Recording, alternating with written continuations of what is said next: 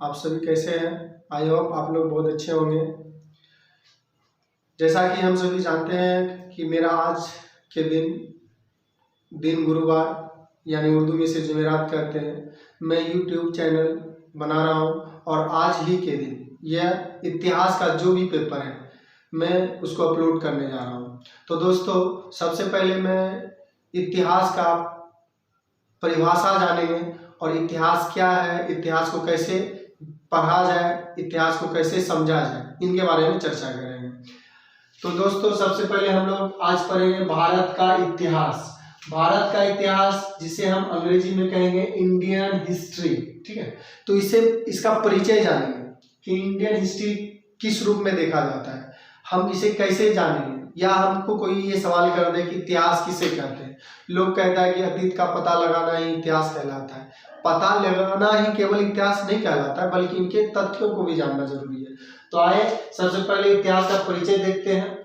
वर्तमान में रहकर मानव अतीत या भूत का, वर्तमान में रहकर मानव अतीत या भूत का क्रमबद्ध अध्ययन किया जाता है। क्या किया जाता है? अध्ययन किया जाता है।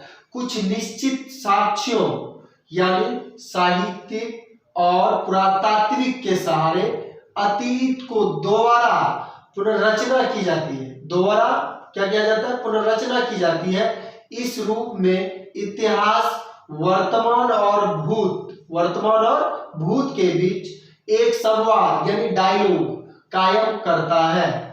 किसी कालखंड में मानव समाज, राजनीति, अर्थव्यवस्था तथा संस्कृति का अध्ययन किया जाता है, उसे ही हम लोग इतिहास कहते हैं।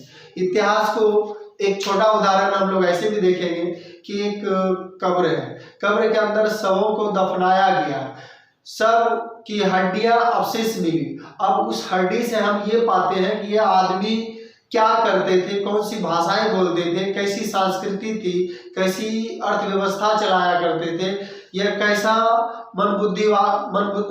कैसा ही बुद्धि रखते थे। इन सारी चीजों को हम जानकारी लेते हैं और अभी के दौर में जो बुद्धियां देखते हैं, अर्थव्यवस्था देखते हैं, राजनीतिक देखते हैं, उसमें तुलना करते हैं यानी संवाद करते हैं, जिसे हम डायलॉग कहते हैं। तो इन दोनों के बीच में जो अध्ययन करते हैं उसे ही हम लोग इतिहास कहते हैं। इतिहास का परिभाषा एक बार फिर से पढ़ लें। वर्तमान में रहकर मानव अतीत या भूत का क्रमबद्ध अध्ययन किया जाता है। कुछ निश्चित साक्ष्यों यानी साहित्यिक और पुरातात्विक के सहारे अतीत की दोबारा पुनर्रचना की जाती है। इस रूप में इतिहास वर्तमान और भूत के बीच एक संवाद यानी डायलॉग कायम करता है। किसी कालखंड में मानव समाज, राजनीति, अर्थव्यवस्था तथा संस्कृति का अध्ययन किया जाता है, इसे ही इतिहास कहते हैं। इतिहास यही पे परिभाषा को खत्म नहीं किया जा सकता है। इतिहास को समझने के लिए हम लोग और थोड़ा सा तथ्य लेते हैं। इतिहास में क्या लेंगे? सबसे पहले हम लोग संस्कृति लेंगे कि इतिहास में संस्कृति क्या था, संस्कृत क्या होता है। संस्कृति होता है जैसे कोई भी काम करता है, लोग त्योहार मनाता है, कला रहता है कि वो दर्जी का काम करता था, किसान करता था, क्या करता था, ये सब के बारे में जानता। धर्म उसका क्या था, दर्शन क्या था, विज्ञान क्या था, रीति रिवाज क्या था, ये सब का जो रूप होता है उसे हम संस्कृति कहते हैं। क्या कहते हैं? संस्कृति, जिसे हम इतिहास का एक पार्ट कहते हैं। हम इतिहास का संस्कृति भी जानेंगे। उसके बाद इतिहास में हम समाज देखेंगे। समाज जो था वो किस वर्ण का था, किस जाति का था, उसका क्या अधिकार था, उस समाज में महिलाओं की स्थिति क्या थी, शिक्षा व्यवस्था क्या थी, मनोरंजनों के साधन क्या क्या थे, ये सब देखेंगे। उसके बाद फिर देखेंगे हम लोग तीसरा अर्थव्यवस्था, उनकी अर्थव्यवस्था क्या थी।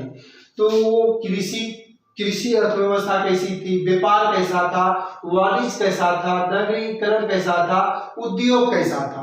उसके बाद फिर इतिहास में हम लोग देखेंगे राजनीतिक व्यवस्था कि वहाँ की राजनीतिक स्वरूप क्या था, प्रशासन की विशेषताएं क्या थी। ये सारे रूप हम इतिहास को देखेंगे, इतिहास के रूप में देखेंगे। इतिहास का मतलब होता है हम उसकी संस्कृति को जानेंगे, उसके समाज के लोगों के बारे में जानेंगे, अर्थव्यवस्था के बारे में जानेंगे, राजनीतिक के बारे में जानेंगे। इन तथ्यों का पता लगाएंगे हम लोग इतिहास के माध्यम से। आज हम लोग का केवल इंट्रोडक्शन है, आगे हम लोग अगला टॉपिक लेंगे। जय हिंद, जय भारत।